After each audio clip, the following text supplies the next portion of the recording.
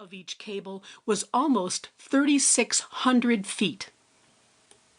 There were over 5,400 wires in each cable, and the total length of wire in each of the cables was 3,515 miles. The length of the wrapping wire on each cable totaled over 240 miles. And as far as strength, the weight of each cable was over 1,700,000 pounds, and the strength of each was over 24,500,000 pounds. As for the suspender cables, those vertical cables attached to the main cables, the strength of each was 70 tons, and the weight was about 10 tons each. The farther out you walk onto the bridge, the more you'll realize how exposed the structure is to erosion by weather, wind, the salt air of the harbor, and the daily crush of traffic. The cables may be strong, but they don't last forever, and the city finally realized that back in 1981, 100 years after the bridge opened. After a couple of the old cables snapped, the bridge underwent extensive renovation that called for replacing all of the cables. From where you stand today, you can see what an engineering challenge that must have been. No doubt you are looking at the stone tower that supports those cables. The two stone towers that anchor the bridge at both ends are made of granite. And without knowing anything about those towers, you can see that John Roebling didn't just design a roadway across the East River. He created a work of art, adding the beautiful Gothic arches that have framed many a photograph of Manhattan. In fact, this bridge, with these unique stone towers, is one of the most painted, written about, and photographed in the world.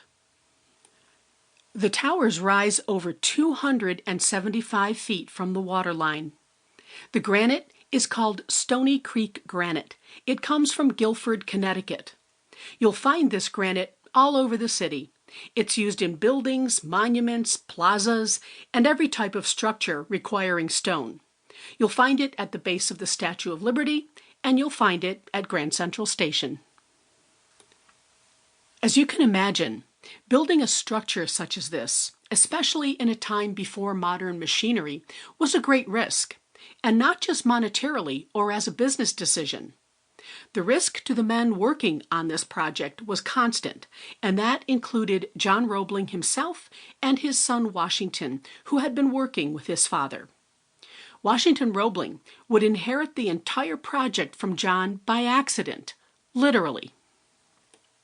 Even before ground was broken, in late June 1869, John Roebling was standing at a ferry dock at the Brooklyn waterfront, taking measurements, when a ferry approached.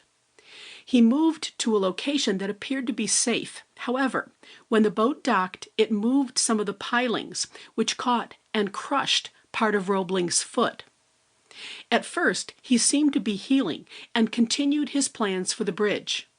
By late July, though, tetanus had set in, and Roebling died on July 22, 1869. John's son Washington would not be spared either.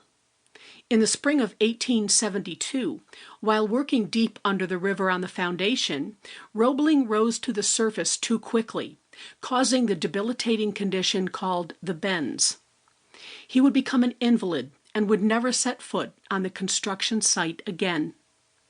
From that point on, who do you think oversaw the project? Why, it was Roebling's very capable wife, Emily. Already well educated, Emily had to quickly gain proficiency in mathematics and engineering. She would also prove to be a most formidable manager. What's that saying? Behind every successful man there is a strong woman, or something like that? You get the idea. Speaking of the bridge foundations, two of the most impressive parts of this bridge are not visible. They are the large structures called caissons that form the base of each tower. The caissons are massive, each one measuring roughly 1/2 the size of a New York City block. The height of the New York caisson was 31 feet, 6 inches.